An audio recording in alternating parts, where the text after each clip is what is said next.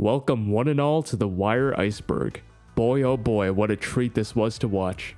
I remember seeing the first episode a few years ago and finding it kinda boring, which in my opinion the first episode still kind of is, but I'm glad I kept chugging along because goddamn this show was something. The Wire was an HBO drama from the early 2000s about the drug trade and problems facing the city of Baltimore, Maryland, from the eyes of both the cops and the crooks. Now, I only just recently finished watching the show with my girlfriend about a week ago as of writing this, so there might be some stuff that I forgot to add in or mention in the iceberg. If so, feel free to let me know in the comments. And of course, despite the show being like 20 years old, I'm still adding a spoiler warning because of, illiterates. So here's that now. Alright, let's begin.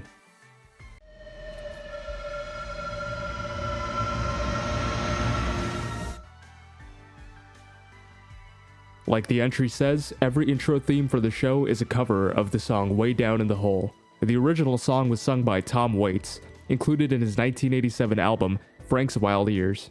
It's the theme song used for the second season of the show, with the first season sung by the Blind Boys of Alabama, the third season sung by the Neville Brothers, fourth season sung by Dommage, and the fifth sung by someone special who I'll mention later. And look, I gotta be honest here, I'm not really the biggest fan of the Tom Waits version of the song. The instrumental is great, but the vocals not really to my taste. Not bad per se, just not really my style. Sort of fitting that it's also the theme song of arguably the weakest season too, which is infamously the second season. Shit, boy. Shit. Clarence is Shit. Shit. Shit. Shit. Shit. Omar Little is a fan favorite character, someone who stole the show immediately with his outward and complex personality, with a pretty unique feature that gives his character added depth. If you're a fan of the show, it'll be pretty obvious as to what I'm talking about. Everyone in the show knows it, we know it, we see it multiple times. It's the obvious fact that Omar has a noticeable scar on his face. We aren't exactly shown or told how Omar got his scar on the show, but the actor playing Omar Little, Michael K. Williams, revealed in an interview that he got it at the age of 25 during a street fight in New York. However, in the Wire prequels, we see a young Omar Little in 1985, where he very clearly has a scar on his face, meaning that he might have been abused by his parents or picked a fight with the wrong guy as a really young kid. In Season 3, Episode 10, there's a scene that takes place at a gay bar where Brother Muzone's bodyguard tries to hunt down Omar, cause he's gay, but he ultimately gets frustrated and leaves. The camera hangs on to the shot, however, and we see Bill Rawls, the deputy commissioner of the Baltimore Police Department, off duty and sipping a drink. Besides this scene, there's another scene during the Season 4 finale where there's graffiti saying Rawls sucks cock. There's nothing really that comes out of this besides the fact that we know Rawls is in the closet. I'll go into more depth on this topic later, but yes, it is true that many of the characters and events which take place in the show have happened or at least are inspired by real things. For example, in Season 5, Episode 5, Omar iconically jumps out of a 4-story apartment balcony onto the grass below, where he survives. This actually did happen to the real man Omar Little is based on in the series. What's crazier is that the writers had to lessen the height he jumped in the show, because in reality, he jumped off of a 6-story apartment building. That's just one example I learned, but there's a few more that I'll get into later down the iceberg.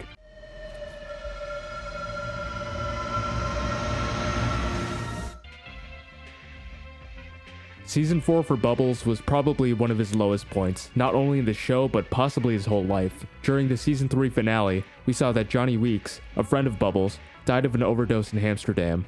We then see Bubbles try to get his life back together by continuing his mobile business of selling t-shirts while mentoring a street kid called Sherrod. But of course, nothing good ever happens to those on the lowest rung of the ladder we call society, as another addict constantly throughout the entire season beats him and robs him. And despite the fact that he has allies in the Baltimore Police Department, nobody really does anything to help him.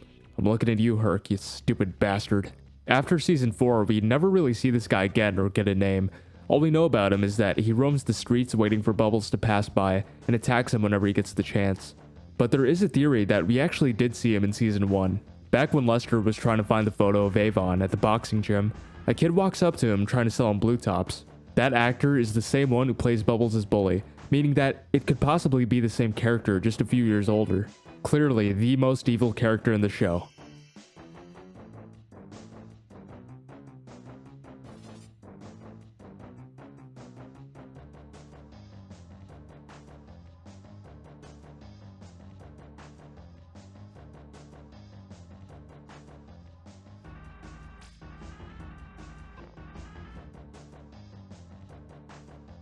The Greek is the main antagonist of Season 2, and is one of the few villains not to be caught or killed during the entire series.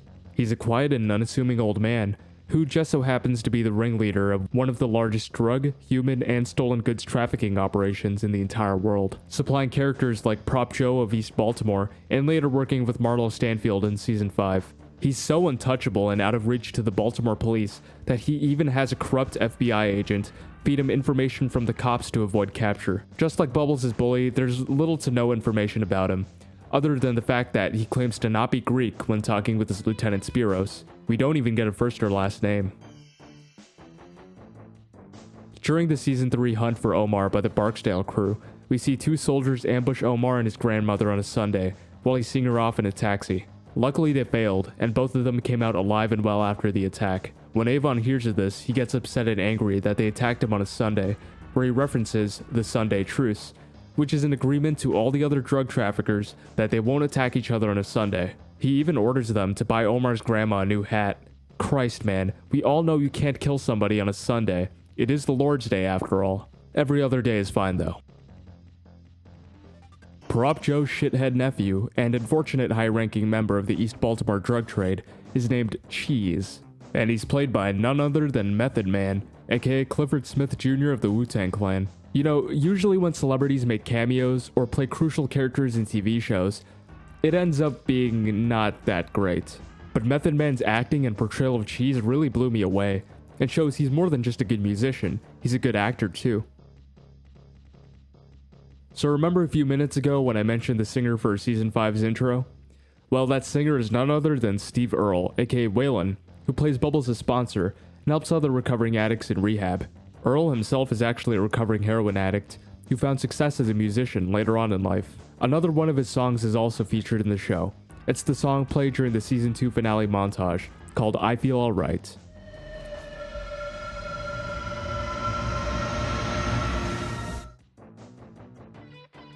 In the episode Misgivings from Season 4 Episode 10, Michael orders the hit of his stepfather, who is heavily implied to have sexually abused Michael and his stepbrother Bug. Michael asks for help from Chris and Snoop to do the deed, but while Snoop asks him why he wants him dead, Chris understands why immediately and agrees to kill him. When Chris and Snoop find Michael's stepfather, they accuse him of sexual abuse, and Chris violently and passionately pistol whips him to death, so brutally that it even concerns Snoop, who just watches. Many fans of the show think that Chris empathizes with Michael's situation, and carries out the deed with such passion because he went through something similar when he was young. Seeing that the murder was so different from the usual MO, it makes sense that Chris wanted to vent out his frustrations on something that he relates to. Sadly, this murder ended up being the one that put him away for life because DNA was found on the body. During Season 4, there's a subtle plotline involving a ring that goes from owner to owner throughout the season, which in my opinion really elevates the season as one of the best. The ring's original owner is Old-Face Andre, who gets robbed by Omar, and as punishment, Marlo takes the ring for himself. Later, at a poker game, Omar busts in and robs the place, stealing the ring from Marlo in arguably one of the coolest scenes in the show, and the only time Marlo and Omar ever meet face to face. Marlo gets his revenge by setting up Omar and having him arrested for a murder and robbery he didn't commit, and that piece of shit cop, Officer Walker, steals it while arresting Omar. The boys we follow this season decide to get their own separate revenge on Officer Walker for terrorizing them by leading him into an alley and robbing him at gunpoint, and then throwing yellow paint on him. Michael takes the ring and later meets back up with Marlo. Marlo, of course, asks where he got it from, and Michael says that he took it from someone. Marlo most likely thinks that somehow Michael managed to rob Omar and gains more respect for him, allowing him to keep the ring for himself. This one is a bit inaccurate because Omar is based off of multiple people, wouldn't really fit on the iceberg, so I had to shrink it down to what it is now. I mean, it is partially true since Donnie Andrews is one of the main real life inspirations for Omar, but let me go into more detail. Shorty Boyd, Ferdinand Harvin, Billy Outlaw, Anthony Hawley, and Donnie Andrews were all real-life stick-up men in Baltimore who robbed drug dealers and other associates in The Game. Donnie himself was serving a life sentence in 1987 for 2 murders, but David Simon and Ed Burns lobbied for his release from prison in 1998, making him a consultant on crime and other happenings in Baltimore. While in prison, Andrews started anti-gang workshops, beat his heroin addiction, and eventually got paroled in 2005, later playing the role of Donnie on the show, who, if you remember, was one of the men Butchie sent to help protect Omar from the other prisoners, and later helped him to ambush Monk. A sort of prototype version of the character was actually created in the show NYPD Blue, where a possibly homosexual stick-up man who robbed major drug dealers lived with a code of honor and didn't target people who didn't deserve it. And that character's name was Ferdinand Hawley, being a mashup of Ferdinand Harvin and Anthony Hawley, as mentioned before, with the episode being written by David Simon. If you were wondering how they managed to make the cop aspect of the show fairly accurate and realistic to real life, you could thank the series co-creator Ed Burns for it. Ed Burns was a former Vietnam veteran turned homicide detective for Baltimore PD, serving 20 years on the force before being an 8th grade school teacher. With both his experience in the police department and teaching, serving as a great tool for making the writing so realistic and excellent. It also 100% inspired Przybylewski's redemption arc in Season 4, as he was also a former cop trying to be an 8th grade teacher at an inner city school. Ed Burns later compared teaching 8th grade to being in the midst of war in Vietnam. And you know what? Fair enough. Melvin Williams plays the role of the Deacon during most of Season 3 and 4 of the show. He's a West Side Church community leader and looks to be friends with both Bunny Colvin and Cuddy. Melvin Williams was a real-life drug kingpin during the late 1970s and early 1980s, until he was arrested in 1984 by Ed Burns when he was still a cop. And of course, the story of his arrest was covered by none other than David Simon himself. This guy wasn't some small fry either. He claims to have made hundreds of millions of dollars trafficking heroin into Baltimore. After he was sentenced in 1985, he actually became very interested in law and helped out fellow inmates with legal troubles, until he was paroled in 1996. You'd think that this would be the end of his run-ins with the law, and this is the part where he becomes an actor, but he committed yet another offense in the year 1999, and was yet again released in 2003. It wouldn't be until Season 3 where we're first introduced to his character, who's a far cry from the actor playing him.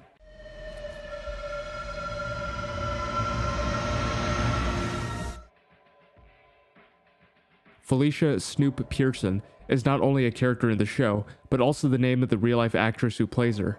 Essentially, Felicia Pearson the actress is just playing herself in the show. And I'm not talking about the name just being similar too. I mean, Felicia was also a drug dealer in her teen years, who was convicted of second-degree murder and served 6.5 years for it. Her nickname Snoop comes from a friend named Arnold Loney, who was a fellow drug dealer and sent her money in prison, sadly getting shot and killed when Felicia was 18. Arnold said that she reminded him of Snoopy from the Peanuts comic. In prison, she managed to get her GED and was released in 2000. After getting released, Felicia met none other than motherfucking Omar himself, Michael K. Williams, at a Baltimore club, who invited her to set one day. The writers and producers really liked her, so much so that she auditioned for a role in the series and got it. Of course, that role was literally just being herself. Stephen King even said that she was perhaps the most terrifying female villain to ever appear in a television series. Nowadays, Felicia does work with anti-violence campaigns with the youth and does music as well. At the start of Season 2, Omar returns with a new boyfriend named Dante, after Brandon was killed in Season 1. He actually appears only in one episode, that being Hot Shots, until appearing more frequently in Season 3. However, after the Season 3 finale, we never see Dante again, and he's replaced by Omar's third and final boyfriend, Ronaldo. If you remember what happened during Season 3, Dante tries to attack Lamar for trying to find Omar, but fails when Brother Mazone attacks him first, getting kidnapped in the process. It did not take much torture for Dante to give up Omar's location, which was probably the best decision he made since we got the best team up in the whole series to take down Stringer Bell. Afterwards, Omar goes to pick up Dante at the motel room Brother Mazone and Lamar have been keeping him at. It seemed like Dante was pretty ashamed for giving up Omar so quickly, and it's presumed that after this, Omar dumped him for not being able to handle the stick-up life. It's not blatantly said during the show what happened to Dante, but most fans seem to agree that this is most likely what happened, as Dante was never seen again after this. This one's pretty self-explanatory, but in episode 9 of Season 5, Michael walks in on Dookie watching Dexter, and Dookie tries to explain the premise before Michael tells him that shit has hit the fan.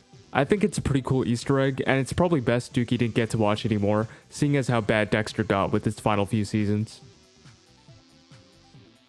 David Simon, the show's creator, worked at the Baltimore Sun from 1982 to 1995. His main job was that of a police reporter who covered the latest crimes and happenings in the city of Baltimore. However, as the world of journalism was slowly turning into a shell of its former glory, he took a break in 1988 to write a novel, and later quit journalism altogether in 1995.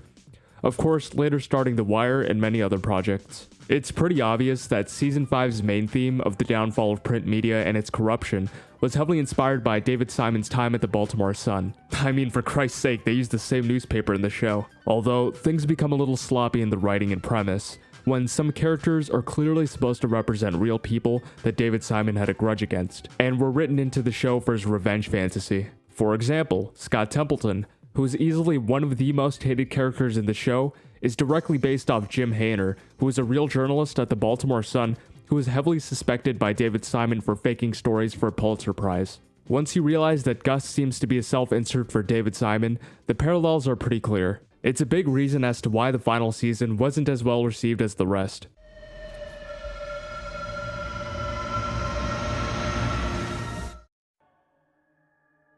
Probably one of the most insane things I found while looking for entries for this Iceberg was this clip from iCarly, which I never understood as a kid, but watching it now after seeing the show just made me laugh my ass off. I mean, just take a look at this shit.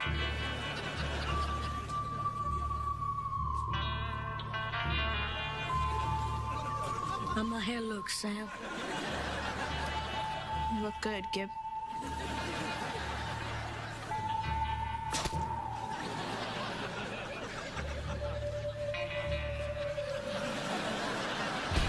I knew those writers had good taste. Hey, remember that kid that Michael beat the shit out of for lying about stealing from Namond? I didn't really process it at the time because I was just in disbelief that Omar got killed, but it was fucking Kennard that shot him. Looking back, it was sort of obvious that he was gonna do something when all the other kids except him ran away from Omar. But holy fuck, I did not expect that of all things. Even Omar didn't. He saw him walk into the store and paid no attention to him because he was just a kid. Thankfully, in the closing montage for the show, we see Kennard get taken away in handcuffs by Detective Crutchfield, so good riddance to that little shit. During the course of the show, we see several higher-ups use Daniels' file as leverage against him to keep things going their way. It's assumed that Daniels did some dirty police work back in the Eastern District, where he was later caught and blackmailed by the bosses, who wanted to use him instead of punishing him. If you remember back in Season 1, Episode 12, this scene plays out. Now, there might have been a time when I was willing to say otherwise to let you and all your friends hide some of the dirt, but not now. You want to talk about dirt? Have at it. Talk some shit about your Eastern District days. Talk some shit about what was going on back when you was running wild in the DEU. Let's just talk. Just talk.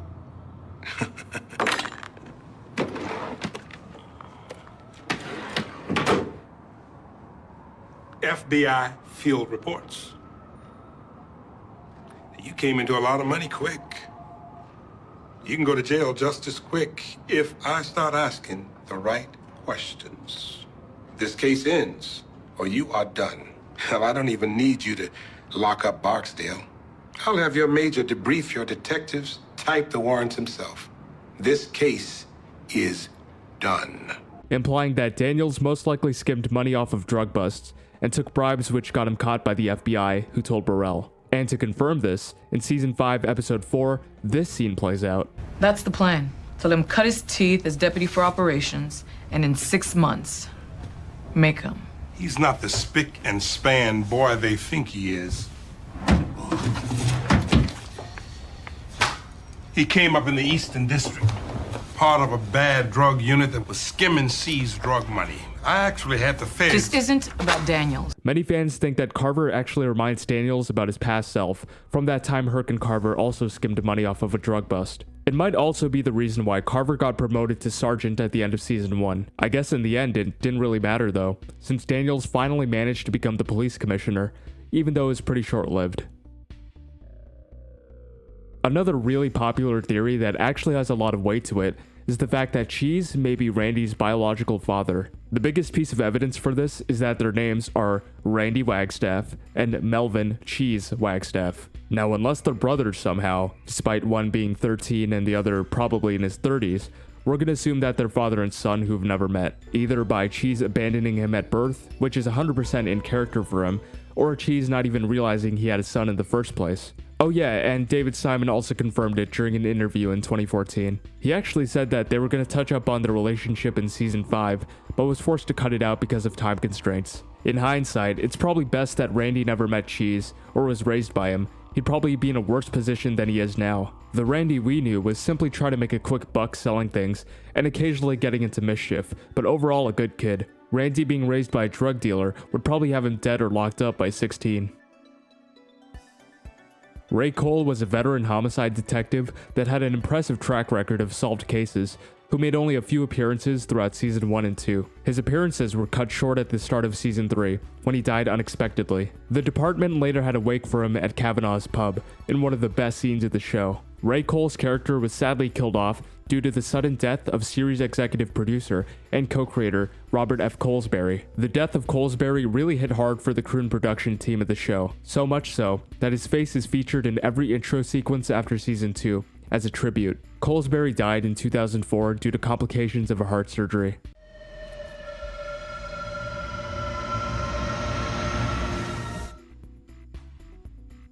This one's pretty self-explanatory, but yes, no character appears in every episode in the show. I actually really like this move, because it emphasizes the fact that McNulty is not the main character whatsoever, and it's not any of the other characters either.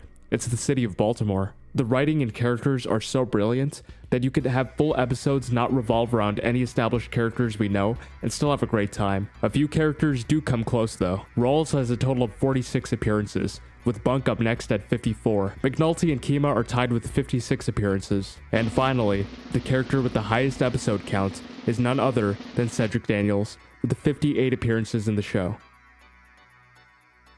Law & Order, as many people already know, is another police/legal drama series that's been going on since 1990. HBO and NBC use the same pool of cast and crew when it comes to their TV shows, so you can actually spot a lot of actors from The Wire appear in Law & Order as different characters. But that's not really what I'm here to talk about. Richard Belzer plays the detective John Munch on Law & Order SVU, who has a brief cameo in character as Munch in Season 5, Episode 7 of The Wire. Although, as I'm researching this further, this might actually be more so connected to John Munch from Homicide: Life on the Streets, and not necessarily Law & Order SVU.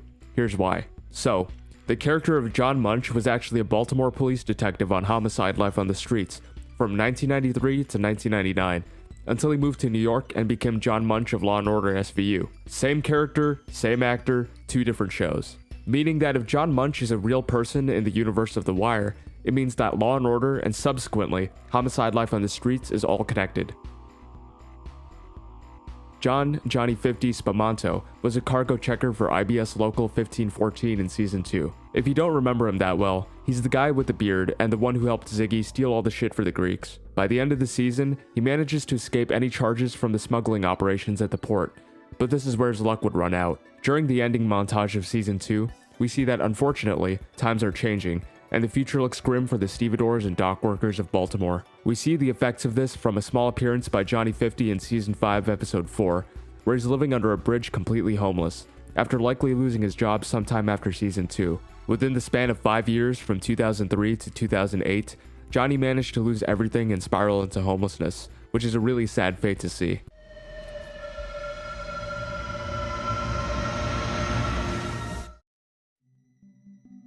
This one is more of a continuity error instead of a canon fact, but I'll talk about it anyway. In Season 3, Episode 4, one of Marlowe's SUVs bears the license plate 107M703. Later in the same season, we see that one of Avon's SUVs has the exact same license plate. I can't fucking believe this, man. This show is literally unwatchable now. To think that the production crew made a small mistake for a few scenes. For shame. For shame. No Heart Anthony, otherwise known as Anthony Little, is Omar Little's older brother, who isn't really talked about that often. He's mentioned one time in Season 1, Episode 4, when McNulty is telling Kima about Anthony and how he got his nickname. However, he does make an appearance as a teenager in one of the prequels. Back in 1985, Anthony, his friend, and a very young Omar rob a man at gunpoint at a bus stop. Omar doesn't feel right about robbing a random working class person, but is encouraged to do so by Anthony and his friend. They get $16, and deciding it wasn't worth it, Omar threatens Anthony by sticking a gun up to his head, taking the money and giving it back to the guy. Anthony's friend warns him that Omar might not be cut out for this life. Later in the early 90s, Anthony botches a robbery at a jewelry store in Randallstown, in which the Baltimore PD chase him all the way downtown. By the way, Randallstown is super northwest of downtown Baltimore, which means he was probably getting chased for around 20 minutes. God knows why he was even up there in the first place. Anyway, Anthony tries to kill himself by shooting himself in the chest, but miraculously, he survives and only gets a contact wound, later waking up at the university hospital. And thus, the nickname No Heart Anthony was born. It's assumed that Anthony is still in prison at Hagerstown to this day. When we first meet Cuddy, he's in prison one day before his release, talking to Weebay and Avon about working as a soldier again, after 14 years at Jessup. We also learned the reason why Cuddy was in prison in the first place. Back in 1990, Cuddy was an enforcer for the Barksdale organization, where he murdered Elijah Davis, a rival gang member. He then phoned 911 and told them to come pick up the body, before being caught. Despite only hearing stories about his past, and how well respected Cuddy was as a soldier, it's very hard to imagine him like that, seeing as he left the drug world behind him and became a youth boxing instructor. Avon was very correct when he assumed that the joint broke him, since he actually managed to turn his life around and become a positive influence to his community. Darius O-Dog Hill was an enforcer for the Stanfield organization, who was also the kid that shot Bodhi twice in the back of the head. So the reason why I put this on here is the same reason why I put Kennard shot Omar onto the list. I was in shock, didn't really process who the shooter was, and then I found out later. I initially assumed it was Michael who shot Bodhi, since they both had similar builds, and it could have probably worked like a test, to see how well Michael could follow through with orders. However, Chris actually says that Michael's first kill should not be someone he knows, further proving it was actually O-Dog who shot Bodhi. Remember back when we talked about Rawls being in the closet? Well, there's actually another entry in this very same scene. Right before the reveal of Rawls, if you look closely in the background, you'll notice that there's a sign on the door which reads, Leon's in Tyson Place will be closed on Friday, September 17th for the filming of the HBO series, The Wire. Unfortunately, I can't make out the rest, but it looks like it just says it'll be open again later. This place is actually a real gay bar in Baltimore, which is called Leon's of Balto now, and it's still in business to this day. David Simon commented that he didn't bother for the production crew to take it down because the series aired in standard definition, which would make it very hard to spot details like this for the average viewer. However, HBO later released the series remastered in high definition, which made continuity errors and mistakes like this much more apparent. It's most likely the same reason why Avon and Marlo share a license plate. Like I mentioned earlier, you couldn't really see it in standard definition until high definition came out later. Omar Isaiah Betts, otherwise known as Snot Boogie, played craps in West Baltimore every Friday night, where he grabbed the money and ran every time they played. Snot would get the snot beaten out of him every time he took the money, yet everyone would always let him play. This went on until one fateful Friday in 2002, where one of the players shot and killed him after he tried to pull the stunt again. The opening scene of the very first episode is the aftermath of Snot Boogie's death, where McNulty is interviewing Snot's friend who was a witness. His friend identifies the shooter for 3 Newports and a grape knee-high. However, the audience is never told or shown who the shooter is, which of course leads to the question, who shot Snot? Another mystery is that the actor who played Snot Boogie has never been identified, despite appearing in one of the most iconic and memorable scenes of the entire show, even if he is just a dead body.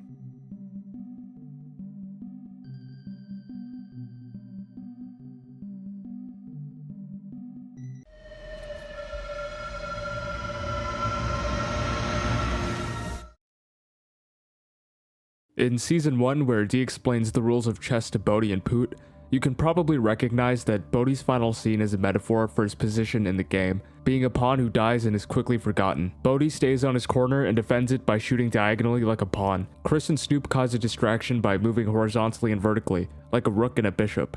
And when O-Dog kills Bodhi, he approaches by moving in an L shape, like a knight. Going back to the chess scene, Dee actually doesn't mention the knight when explaining all the pieces, meaning if this were a game of chess, Bodhi wouldn't realize that the knight was coming for him, and he'd get taken out by surprise, just like how it happened in the show. Thank you to Cinerancer for the explanation, by the way. I didn't even realize this at all when I first watched it.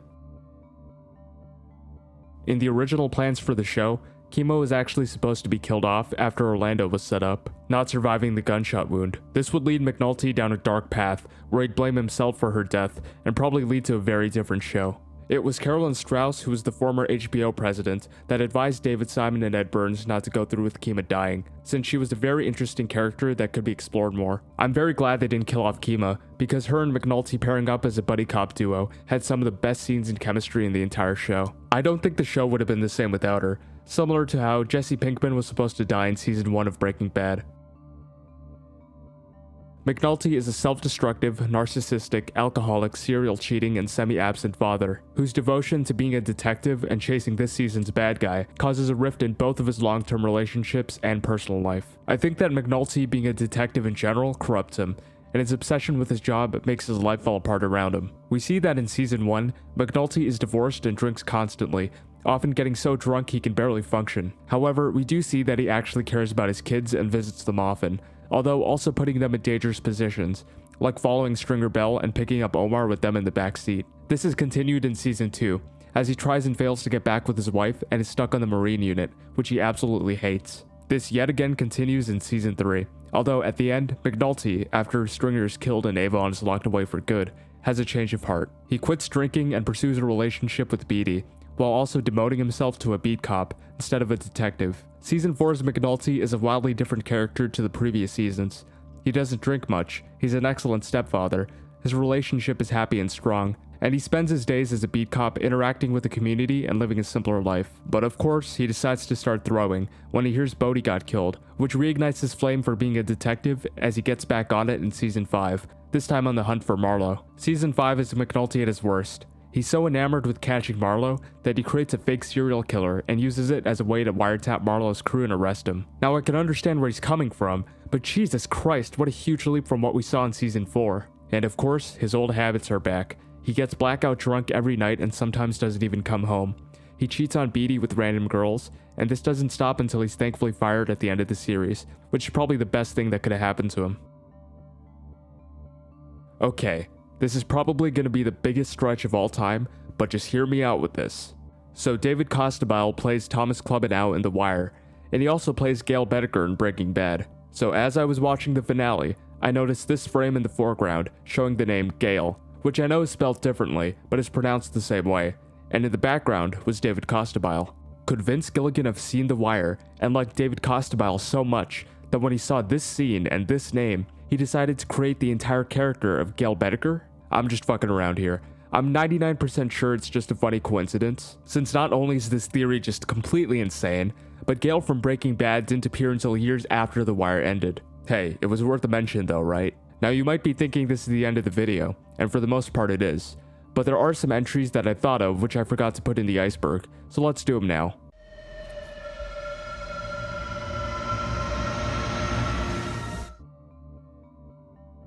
Pooh Blanchard was shot and killed by Dee in the lobby of a high-rise building before the events of the series. We see Dee on trial for his murder in the first episode of the series, since he shot him in broad daylight in front of 2 witnesses. McNulty describes Blanchard as a piece of shit that nobody would care about if he got a beating, and Dee tells Avon that it was self-defense, since he claims that Blanchard attacked him first. Dee is of course acquitted with the help of Avon, and the rest is history.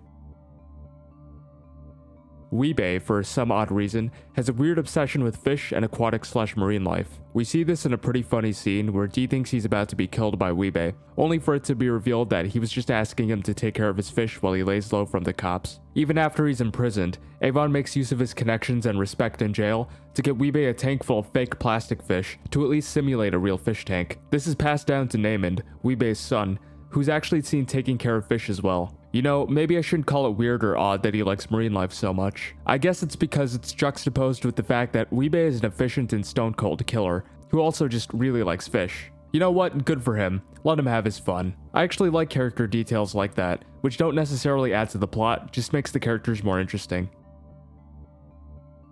The Wire prequels, or The Wire Chronicles, is something I mentioned earlier when talking about No Heart Anthony and Omar Scar. These were 2-minute shorts that came with your DVD box set and also on demand when season 5 aired. They're all prequels to the show that take place in different time periods following different characters. The first is set in 1962 and follows a young prop Joe as he makes a proposition with some other kids, the answer to that day's test for $15. The kids doubt him and even threaten to beat him up and only pay him a dime, but he convinces them otherwise and makes them think about their business relationship long term, since there are going to be more tests coming. They do end up paying him, but they short him and run with the answers. Prop Joe then talks to his teacher alone and gives her a proposition too. $5, and he'll tell her who has the answers to that day's test. The next is set in 1985 and follows Omar, but I already talked about it, so just go back to that part of the video. The last one is set in 2000, starring McNulty and Bunk. It's the first time they're meeting, and McNulty is fresh off a promotion to CID homicide. Bunk is at first confused at how someone with only 6 years of experience got to CID so fast, but McNulty tells him he actually worked out one of Ray Cole's cases which he fucked up. Cole had the wrong guy in handcuffs, and McNulty cleaned it up and did such a good job he got promoted. McNulty and Bunk spend the rest of the midnight shift drinking and getting to know each other, becoming really good friends in the process. And we are finally done. God damn. This has probably been my longest video to date. It took the most amount of research and drained so many hours out of my day. But you know what? I had a lot of fun making the Iceberg and the video. I'm a sucker for interesting and well-written TV shows, so I made this as soon as I finished The Wire. It's easily a top 5 for me. Anyway, thank you all for watching and getting me to 500 subscribers. I love doing this stuff and I hope I can keep going in the future. With that all said, have a good night.